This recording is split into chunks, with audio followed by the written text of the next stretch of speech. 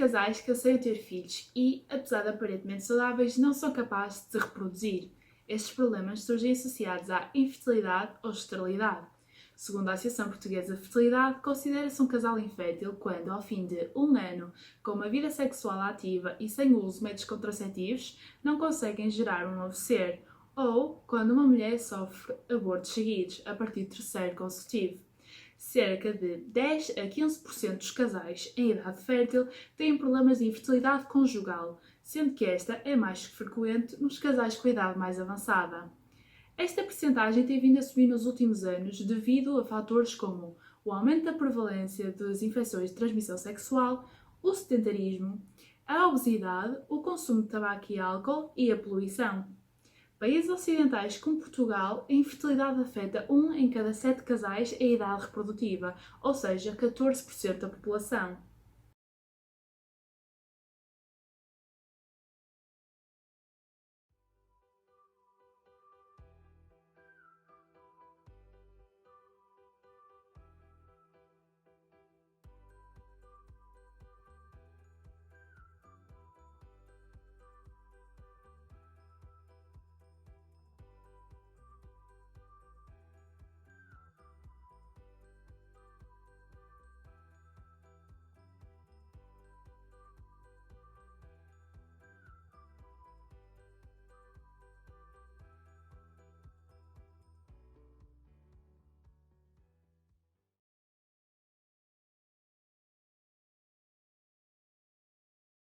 Bom dia, a nossa consulta vai ter que ser assim por causa das circunstâncias em que nos encontramos. Antes de mais, espero que esteja tudo bem com vocês, que se encontrem em meio de saúde, e queria-vos perguntar o que é que vos traz aqui, porque é que quiseram marcar esta consulta com tanta urgência. Bom dia, doutora. Então é o seguinte, estamos há bastante tempo a tentar ter um filho, mas não temos conseguido e ficamos preocupados que fosse alguma coisa mais grave. Pois, compreendo. E há quanto tempo é que estão a tentar engravidar? Mais ou menos há um ano.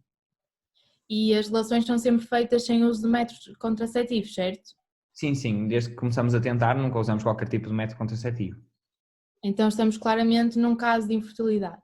Em primeiro lugar, gostava de vos perguntar se algum de vocês fuma ou se tem por hábito ou já teve o consumo de álcool ou de drogas.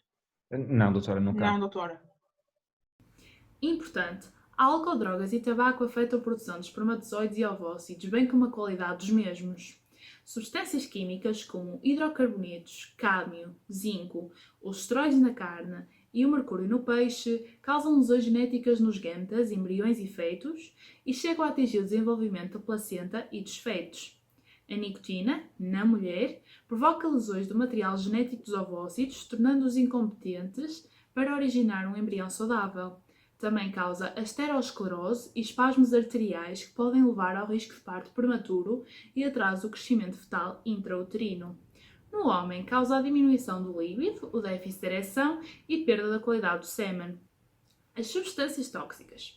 Na mulher, causam lesões genéticas nos ovócitos, anomalias fetais, parto prematuro, atraso do crescimento fetal intrauterino e síndrome de abstinência no recém-nascido.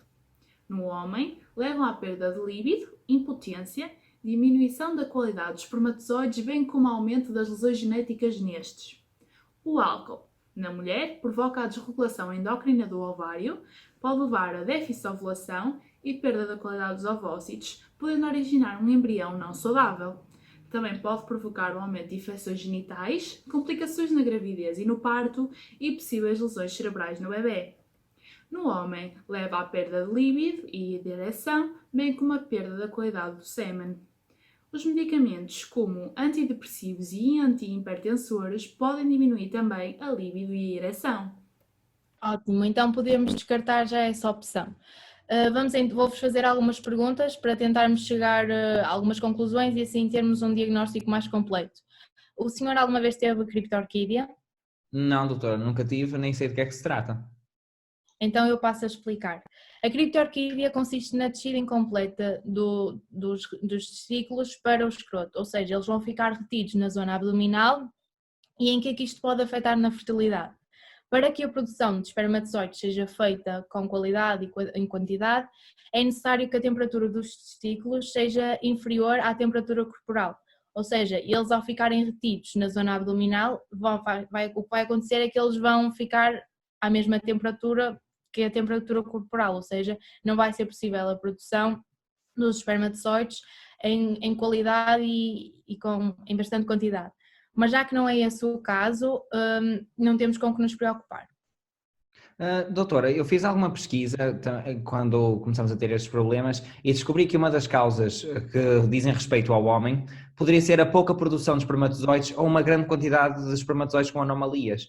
Por isso decidi fazer um espermograma para a doutora analisar. Já enviei o exame para o e-mail que nos facultou. Acha que alguma coisa está fora do normal? Eu também já estive a dar uma vista de olhos e a analisar os exames que mandou e pelo que eu vi parece-me tudo normal. Os espermatozoides são sem anomalias e em boa quantidade. Ainda bem, doutora. E já agora, já alguma vez fez quimioterapia ou radioterapia? Não, felizmente não.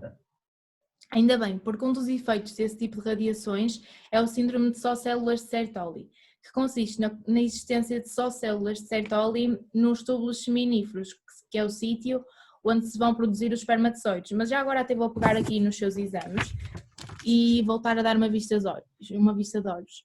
Mas também, exatamente, pelas análises que mostrou, os seus níveis de FSH são normais, o que não aconteceria se sofresse deste síndrome, pois seriam bastante elevados.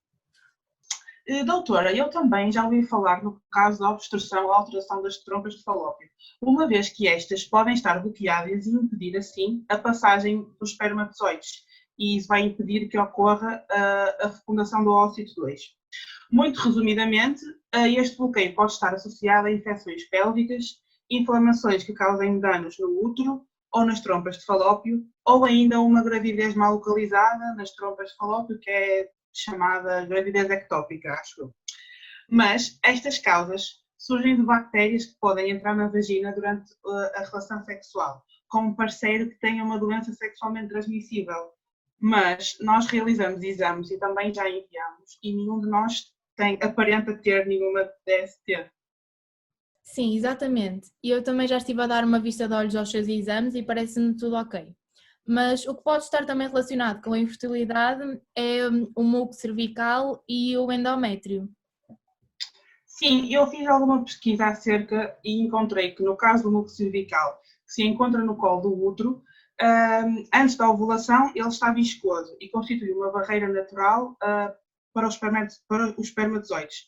E durante a ovulação, este muco passa a estar mais fluido, facilitando assim a entrada dos espermatozoides para o corpo do útero e seguir o seu trajeto até às trompas. Mas também vi que os problemas ao nível do muco, como a entrada de bactérias que causam uma infecção no colo do útero, que é chamada a cervicite, e também, posteriormente, estas bactérias podem levar à destruição dos espermatozoides. Já ao nível do endométrio, o que eu encontrei foi que, como o endométrio é o local de anidação e é o desenvolvimento do ovo ao zigoto, podem também surgir vários problemas, como, por exemplo, o endométrio atrófico, a endometriose ou ainda a presença de miomas e pólipos. Mas acerca de ovários não encontrei nada. Então, relativamente aos ovários, a única coisa que nós podemos fazer é uma ecografia para saber o que é que se passa. E como tudo o que nós já falamos hoje podemos tirar de hipótese, não é? Está tudo bem. Então, o que eu ia pedir ou sugerir era que marcássemos uma ecografia para perceber se passa alguma coisa com os ovários. Por isso, então, eu vou-vos mandar um e-mail com as datas que eu tenho disponíveis para a ecografia e depois combinamos uma data que esteja boa para todos. Ok. Obrigada, doutora. Boa tarde. Boa tarde. Continuação de bom trabalho. Obrigada.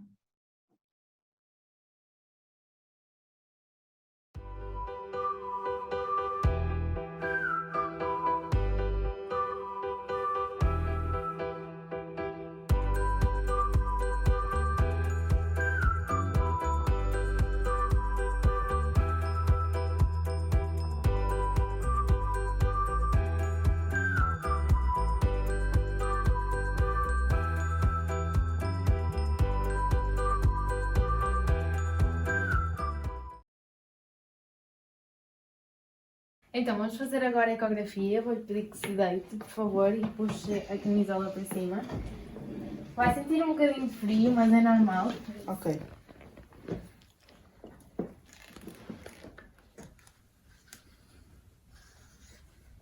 Pronto, já estou a ver aqui exatamente qual é o problema.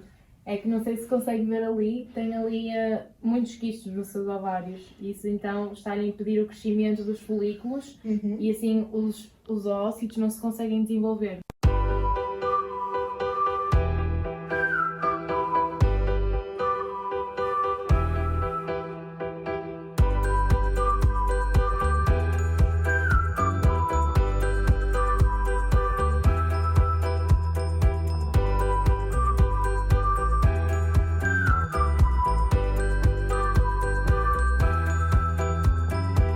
Boa tarde, novamente.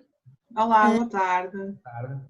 Eu já tive a oportunidade de analisar melhor a ecografia que nós fizemos no outro dia e continuo com a mesma opinião, que se trata de ovários poliquísticos, que, como eu já expliquei no outro dia, basicamente há uma grande quantidade de quistos nos ovários, o que vai impedir a formação dos folículos e assim impossibilita ou torna muito mais difícil a gravidez, não é? O que é que nós podemos fazer?